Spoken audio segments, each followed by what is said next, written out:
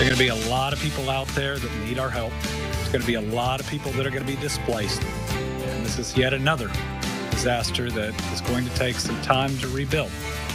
The scope of the devastation is only beginning to be calculated as people in southeastern Kentucky survey the damage from flooding. And tonight, concerns grow with even more rain in the forecast.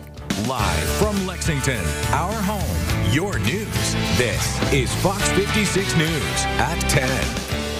Good evening. It's been a devastating day for thousands of people in southeastern Kentucky as entire communities are left underwater. A state of emergency has been declared and rescue efforts continue in at least 6 counties across the state tonight as some people are still stranded in the floods.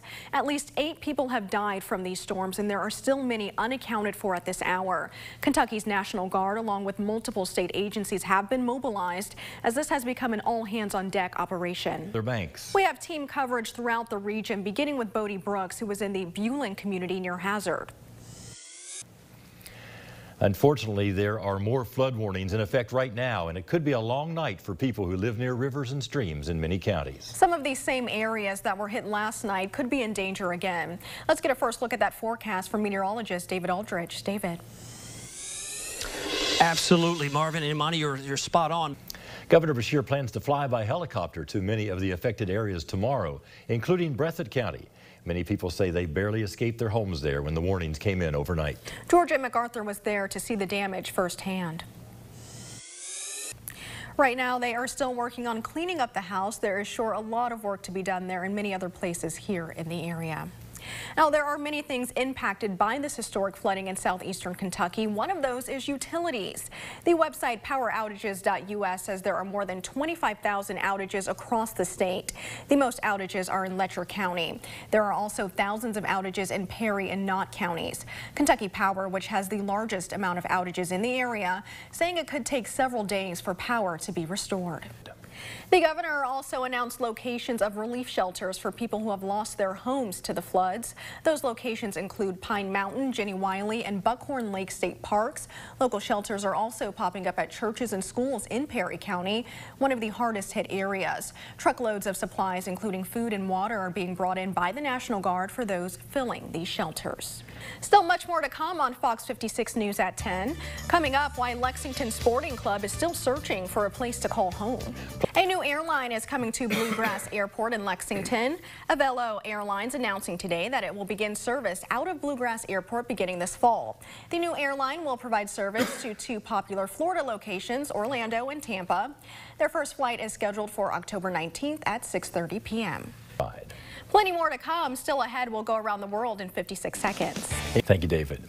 President Biden sounds off on a new economic report, and the Mega Millions jackpot passes $1 billion. Those stories and more as we go around the world in 56. A human rights group says they filed a legal complaint against the Saudi Crown Prince.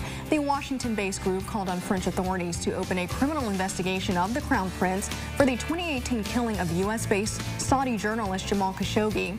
The call comes as the Crown Prince visits France. The House passed what's being referred to as the CHIPS bill. It's bipartisan legislation to boost U.S. competitiveness with China. It earmarks billions of dollars towards manufacturing semiconductors here in the United States. The bill passed in the House by a vote of 243 to 187. All right, Mitch, thank you. Well, cleanup is just beginning after a devastating day in eastern Kentucky. Coming up, our team coverage from eastern Kentucky continues. At 10:30. Welcome back. We are continuing our coverage of today's flooding in eastern Kentucky. Our Tyler Melito was in Jackson as the community reflects on what the last 24 hours have brought. And this is what the cleanup process looks like for residents in Pike County. Many of the roads are covered in debris, some with large chunks of concrete coming off. Pike County EMS says it's had to do more than a dozen water rescues. People who have lived there their entire lives say they've never seen flooding this devastating.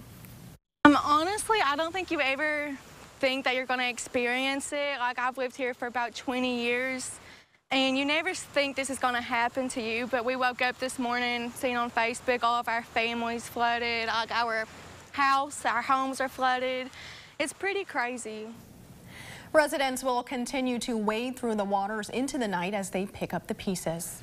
In an interview with Fox 56 tonight, Governor Andy Beshear calling the floods and the lives lost devastating.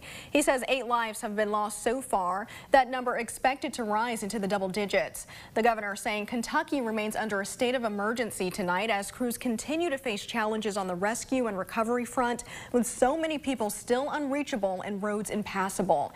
He says following December's deadly tornadoes and the Floyd County ambush, the situation just adds to a tough couple of months for the state. This will go down as one of the most devastating, deadliest flooding events that we have seen. Now, I wish I could understand the why we've been hit so hard, but I will tell you, we see God in the response. We see people that are risking their own lives to help other people, and we can do the same. Just like in every one of these we've faced, let's open our hearts and our homes to one another.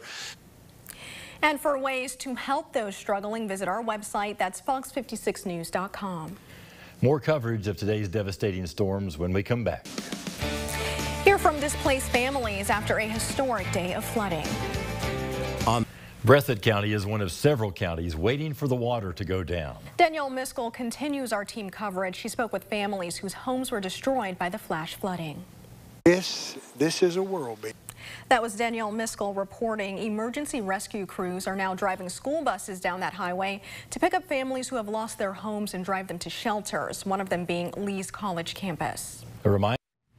A worker shortage, the benefits of doing chores, and a new look for a soft drink. Here are 5 things to know before you go to bed. The hotel industry is struggling with an ongoing worker shortage. The U.S. Bureau of Labor Statistics says hundreds of thousands of hotel workers have left since the pandemic. A recent survey found 97% of hotel respondents were dealing with staffing shortages. They said housekeeping was the most critical need. Hotels are raising pay and boosting benefits to keep up. Senior citizens living alone are struggling to make ends meet. The Elder Index from the University of Massachusetts says 54% of older women living alone are struggling financially, and 45% of men are in the same situation. The index says older adults need more than $27,000 a year for expenses. A new study says doing chores around the house can help the elderly battle back against an aging disease. Researchers in China say a lifestyle of chores, such as gardening, cooking, washing dishes, or other chore activities can cut Alzheimer's risks by more than 20%. A dinosaur skeleton sells for more than $6 million at auction. The skeleton is of a dinosaur called the Gorgosaurus. It's about 10 feet tall and 22 feet long and was discovered in Montana. It was one of the few dinosaur skeletons available for private ownership. Sprite is saying farewell to its iconic green bottles in an effort to become more environmentally friendly. The new look will take effect starting August 1st. Green bottles are recyclable but have to be separated from clear ones. The new clear Sprite bottles will make recycling easier. There you go, 5 things to know before you go to bed. On top of that, starting at 5 a.m. Yep, that does it here for us. Thank you for watching. Have a good night.